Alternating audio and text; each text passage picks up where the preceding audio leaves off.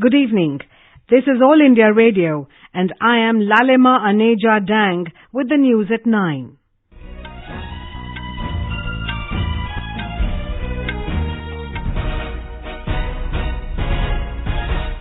The headlines. Prime Minister Narendra Modi inaugurates India's longest rail-cum-road bridge over Brahmaputra river at Bogibeel in Assam. Says completion of development projects within given time frame has become a reality now. President Ram Nath Kovind leads the nation in paying tributes to former Prime Minister Atal Bihari Vajpayee on his birth anniversary, Samadhi of the late leader dedicated to the nation. New ministers take oath in Madhya Pradesh and Chhattisgarh. Met Office forecasts cold wave to continue for the next 3 to 4 days in northern, western and central India. Christmas being celebrated with gaity and enthusiasm across the globe. And in sports, third cricket test between India and Australia begins in Melbourne tomorrow. Prime Minister Narendra Modi today inaugurated India's longest rail-cum-road bridge over Brahmaputra at Bogibeel in Assam. Mr. Modi also travelled from Dibrugarh to Dhemaji through the new bridge. He also flagged off the first passenger train, Tinsukia-Naharlagun Intercity Express, over the bridge. It will run 5 days a week and use the bridge to cut down the train travel time between Tinsukia and Assam to Naharlagun town of Arunachal Pradesh by more than 10 hours. Later addressing a rally at Kareng Sapori in Dhemaji district, the Prime Minister said the NDA government has changed the dilly-dallying work culture regarding implementation of development projects. आज सुशासन दिवस पर मैं गर्व से कह सकता हूं कि लटकाने भटकाने वाली उस पुरानी कार्य संस्कृति को हमने पूरी तरह बदल दिया। आज तय समय पर तय लागत में ही प्रोजेक्ट पूरा करने पर जोर दिया जा रहा है। अब समय सीमा सिर्फ कागज में लिखने की बात भर नहीं रह गई, बल्कि सरकारी कामकाज का संस्कार बन रही है। Mr. Modi asserted that the Bogibeel bridge will strengthen the country's defence prowess with movement of vehicles and trains. He said it is not only a bridge, it is a lifeline for crores of people in Assam and Arunachal Pradesh. ये सिर्फ एक bridge नहीं है, बल्कि इस क्षेत्र के लाखों लोगों के जीवन को जोड़ने वाली लाइफलाइन है। इससे असम और अरुणाचल के बीच की दूरी सिमट गई है। ईटानगर से डिब्रूगढ़ की रेल यात्रा अब 200 किलोमीटर से भी कम रह गई। ट्रेन से जिस सफर में पहले लगभग 24 घंटे लग जाते थे, अब वही सफर सिर्फ 5-6 घंटे का रह गया है। The Prime Minister said the country would be stronger when Northeast region would become strong. He said that much stress has been given on infrastructure development in Northeast for the growth of the region. Mr. Modi said 70,000 kilometers of national highways are being constructed in the region. State Governor Jagdish Mukhi and Chief Minister Sarbanand Sonowal were present on the occasion. Our correspondent has filed this report. The bridge will be the lifeline of Northeast region and will facilitate connectivity between north and south banks of river Brahmaputra in the eastern region of Assam and Arunachal Pradesh. The bridge will also enhance the national security of the eastern region of India by facilitating swift movement of defence forces and their equipment. The foundation stone was laid by then Prime Minister H.D. Devegowda in 1997 and work commencement for the project was done by late Prime Minister Atal Bihari Vajpayee on 21st of April 2002. With Manas Pratyum Sharma's report from Dhemaji, this is Subga Kaul for AIR News. President Ram Nath Kovind, Vice President M. Venkaiah Naidu and Prime Minister Narendra Modi have paid tributes to former Prime Minister Atal Bihari Vajpayee on his birth anniversary. The day is celebrated as Good Governance Day. Remembering the former Prime Minister, Mr. Kovind said Atal Bihari Vajpayee was a true Indian statesman. Vice President Mr. M. Venkaiah Naidu said the nation is ever grateful for the invaluable contributions made by him. The Vice President said Vajpayee ji was an astute parliamentarian, an administrator par excellence, a visionary statesman, an erudite scholar, a gifted orator, a most beloved leader, and above all, a great human being who believed in the core Indian values of harmony and synthesis. Prime Minister Narendra Modi reiterated the commitment towards creating the India Mr. Vajpayee dreamt of. Information and Broadcasting Minister Colonel Rajyavardhan Rathore said an inspiration for everyone, Bharat Ratna Atal Bihari Vajpayee dreamt of making India the best with the spirit of nation paramount and with the participation of people. Former Prime Minister Dr. Manmohan Singh, Lok Sabha Speaker Sumitra Mahajan and several union ministers also paid their homage. The Samadhi of Atal Bihari Vajpayee, Sadaiv Atal, was dedicated to the nation. Here's a report.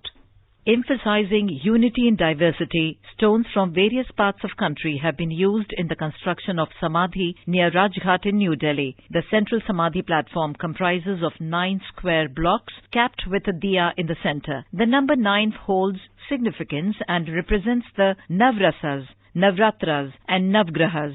The placement of the 9 square Samadhi is in a circular lotus-shaped pattern. The Samadhi has been completed by CPWD at a cost of over 10 crore rupees, and the entire cost of construction has been borne by the Atal Smriti Nyas Society. With Anupam Mishra, Anuja Kumar, AIR News, Delhi.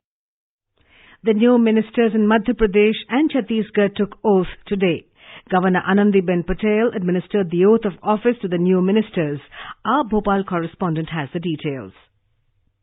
Experience have been given due consideration and first-time legislators have not been made ministers. Of total 28 ministers, 15 have been made ministers for the first time. In the new cabinet, 7 youths have also been inducted, including the son of former Chief Minister Digvijay Singh and brother of former Congress President Arun Yadav. Besides Vijayalakshmi Shadho and Imarti Devi, the women MLAs included in the cabinet. None of the MLAs of BSP and SP has been appointed as minister. The Congress has formed its government with the support of these parties. One of the 4 independent MLAs has also been included. Sanjeev Sharma, AIR News, Bhopal. Our Raipur correspondent reports that the 9-day-old Bhupesh Baghel cabinet has also been expanded with the induction of 9 ministers.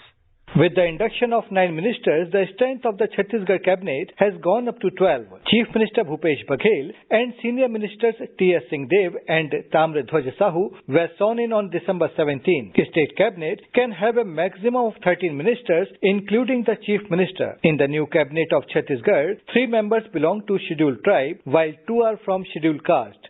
The cabinet also includes 1 woman legislator. Vikalp Shukla, AIR News, Raipur. This is All India Radio giving you the news. For quick news updates around the clock, follow us on our Twitter handle at AIR News Alerts. You may also log on to our website newsonair.nic.in.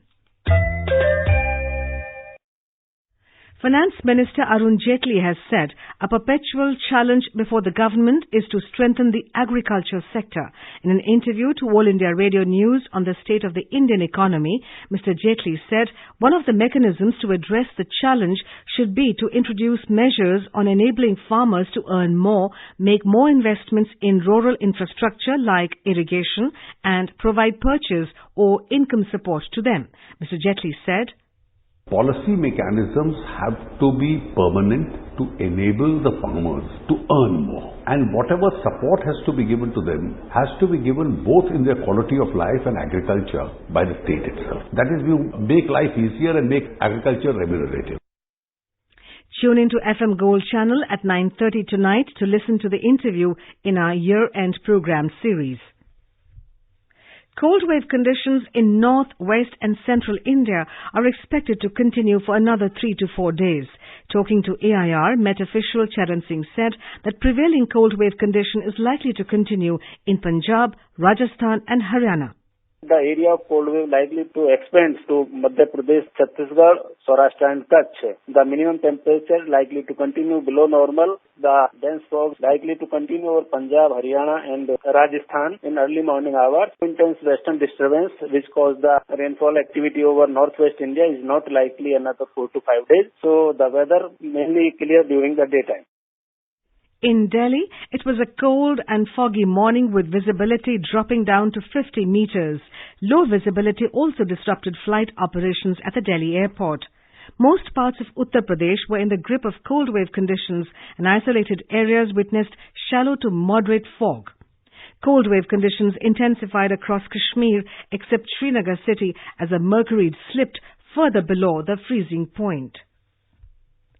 Christmas, marking the birth of Jesus Christ, is being celebrated across the country and around the world today. Thousands of pilgrims flock to Bethlehem, the birthplace of Lord Christ, for the celebrations.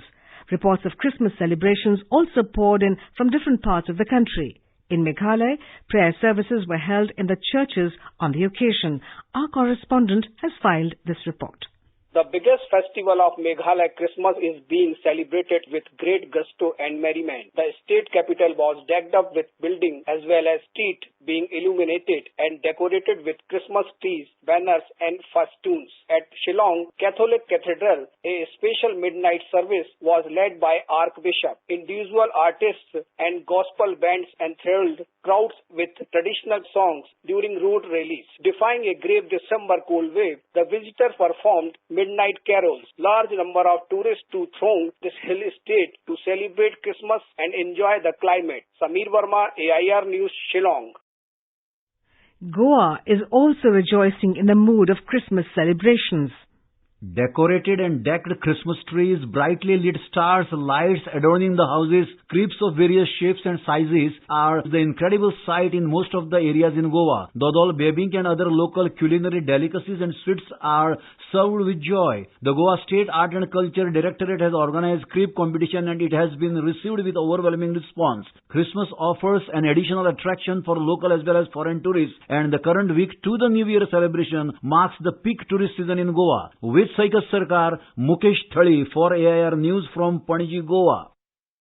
Our Chennai correspondent reports that churches in the state have been beautifully decorated on the occasion. In Chennai, the capital of the state, St. George's Cathedral, Santhome Cathedral and the church at St. Thomas Mount near the airport were beautifully decorated for the occasion. Midnight and early morning services were conducted at churches in and around the city and also in villages. The malls in Chennai captivated the onlookers and brought an air of festivity. Nativity scenes, jingle bells, Santa Claus and Christmas trees gave a festive atmosphere to the state of Tamil Nadu. Joy, AIR News, Chennai. The President, the Vice President and the Prime Minister have greeted the people on the occasion. Sulagiti Narasamma, a Padma Shri awardee, passed away in Bengaluru today. She was 98 years old, known as the midwife of Krishnapura, a remote village in Pavagara Taluk in Karnataka. The nonagenarian was honoured with Padma Shri in March this year in recognition of her role in delivering babies safely in remote villages. In 2012, she was awarded the Karnataka government's D. Devaraj Urs Award. The 4-match test series between India and Australia moves into the third cricket test starting in Melbourne tomorrow. The match will be played from 4:50 a.m. Indian Standard Time.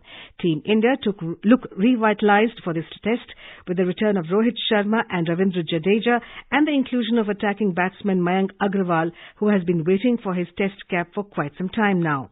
After being defeated by 146 runs in the second test in Perth, India will be putting their best foot forward. India and Australia are currently at level 1-1 in the series. In the Premier Badminton League today, matches between Hyderabad Hunters and Chennai Smashers are underway at Hyderabad. The first match of the evening was men's doubles, in which Hyderabad Hunters duo of Bodin Isara and Kim Sarang beat Chennai Smashers B. Sumit Reddy and Chin Chung, giving Hunters 2-0 lead in the tie. Hyderabad Hunters also won the second match, a men's singles event. The big match of the evening, women's singles, is now underway between world number 3 PV Sindhu, who is spearheading challenge of Hyderabad Hunters, and 11th ranked Sung Ji Hyun of Chennai Smashers. And now, before we end the bulletin, the headlines once again.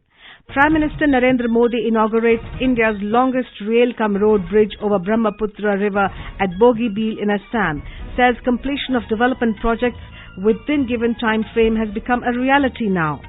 President Ram Nath Kovind leads the nation in paying tributes to former Prime Minister Atal Bihari Vajpayee on his birth anniversary. Samadhi of the late leader dedicated to nation. New ministers take oath in Madhya Pradesh and Chhattisgarh. Met Office forecasts cold wave to continue for the next 3 to 4 days in northern, western and central India. Christmas being celebrated with gaity and enthusiasm across the globe. And third cricket test between India and Australia begins in Melbourne tomorrow. That's all we have for you in the news at 9. Good night.